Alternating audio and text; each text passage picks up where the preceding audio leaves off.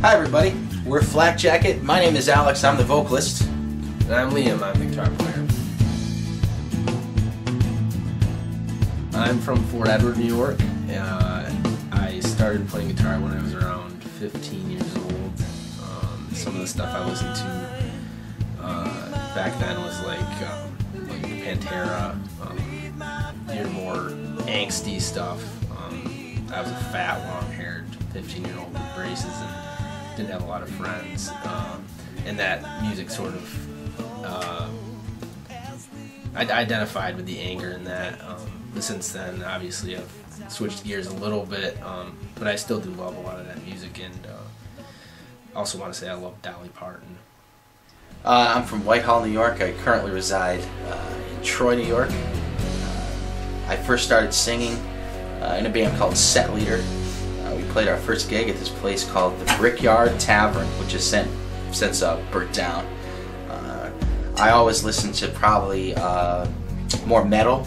Also always had an affinity for Elton John, one of my favorites. Also Jane's Addiction, and basically bands with art and melody as kind of what's at their core. And I was lucky enough to meet Liam about 9 years ago. He came into a band that I had been playing with for a while called Livingston Bramble, and really impressed the whole band because he learned about 30 songs in a week, and we could just continue to gig out without any break. So that's kind of my background. Some of the bands that I've done in the past are Livingston Bramble, like Alex has mentioned, Purge, Punch Not Alone, Loki. I'm sure there's one I'm forgetting at this point. But you know, a lot of different local bands I've done, all different styles. And recording, I've recorded with some great people in the area. Recorded with Matt D'Ambrosio. That was my first experience with recording. And actually, I've recorded with him since then. It's been great. Alan Dunham in South Glens Falls, and of course Mark Fuller. When Liam and I recorded Angels and Fireflies, one of the things that we didn't like about the record is that when we were in the studio, we really went crazy as far as adding a bunch of electric guitars and things like that. And so when it came around to record Almost Always Never, and the CD was just about written, we'd started to demo some tracks out with Mark Fuller. Tim Irwin is Liam's brother, obviously, same last name. We've always really looked for opportunities to get Tim in the band. I happen to know a bass player named Matt Baker. Kyle Lewis had played with us before, and we decided to make it electric so that we could do both. And I think it was a great decision.